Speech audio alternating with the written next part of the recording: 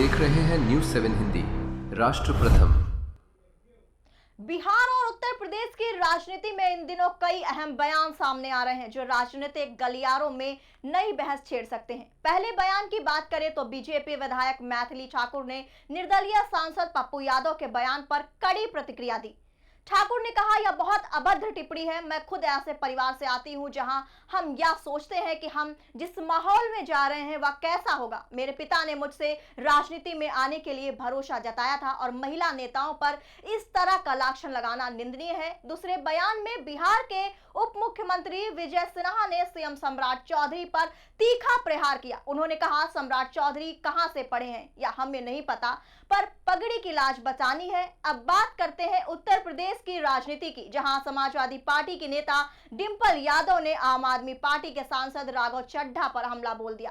डिंपल ने कहा, राघव चड्ढा की राजनीति न केवल धैर्यहीन है बल्कि उनका आचरण भी अस्वीकार्य है।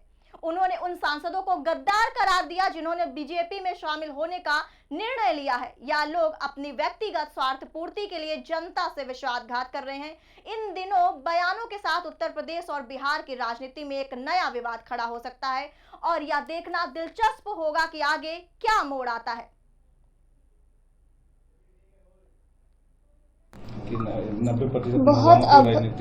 बहुत अभद्र।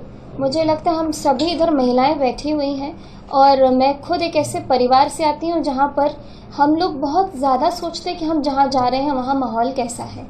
और मेरे पिताजी ने कुछ भरोसा करके ही मुझको राजनीति में आने के लिए पुश किया, प्रेरित किया। मैं भी खुद राजनीति में जब आई तो मेरे अंदर ये इच्छा थी कि मैं अपने समाज के लिए काम करूंगी, बड़े बड़े रिफॉर्म्स लेके आऊँगी। मुझे लगता है हर एक यूथ यही चाहता है कि जब वो राजनीति में आए तो कुछ बड़ा करके दिखाए।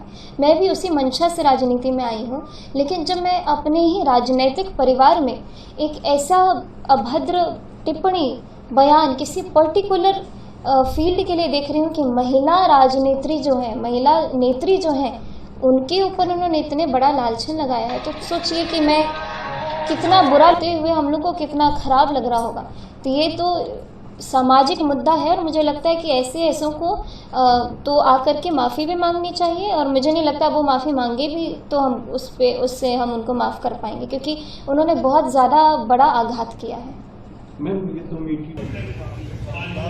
वो सही कहे, पगड़ी की लाज बचानी हमारी जिम्मेवारी है और हर बिहारियों के पगड़ी का लाज बचाने के लिए विजय सिन्हा संकल्पित है। आप जिन सीओ कहना है कि अभी भी जो है भाजपा संतुष्ट नहीं है मुख्यमंत्री को, कैसे देखते हैं?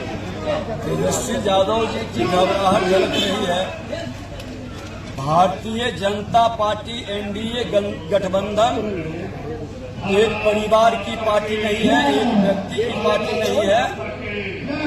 ये सामूहिक नेतृत्व की पार्टी है और सामूहिक नेतृत्व जब निर्णय लेता है तो लोग स्वीकार नहीं करते, स्वागत करते हैं। और भारतीय जनता पार्टी एनडीए गठबंधन स्वागत किया है। एनडीए गठबंधन नए नौजवानों को बेहतर सेवा करने का और अनुभवी लोगों के मार्गदर्शन में विकसित बिहार, विकसित भारत बनाने के सपना को साकार कर रहे हैं। इसलिए गलतफहमी में न रहें।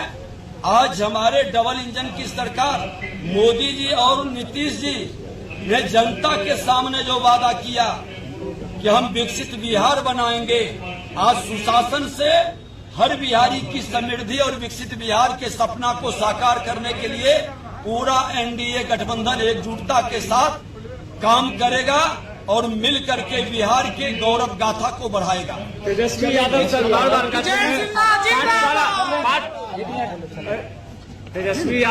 कहते हैं कि वो लालू यादव के ही पाठशाला के छात्र रह चुके हैं। सम्राट चौधरी, मैं एक चीज बता दूं कि किसके पाठशाला से कौन पढ़े हैं मैं नहीं जानता।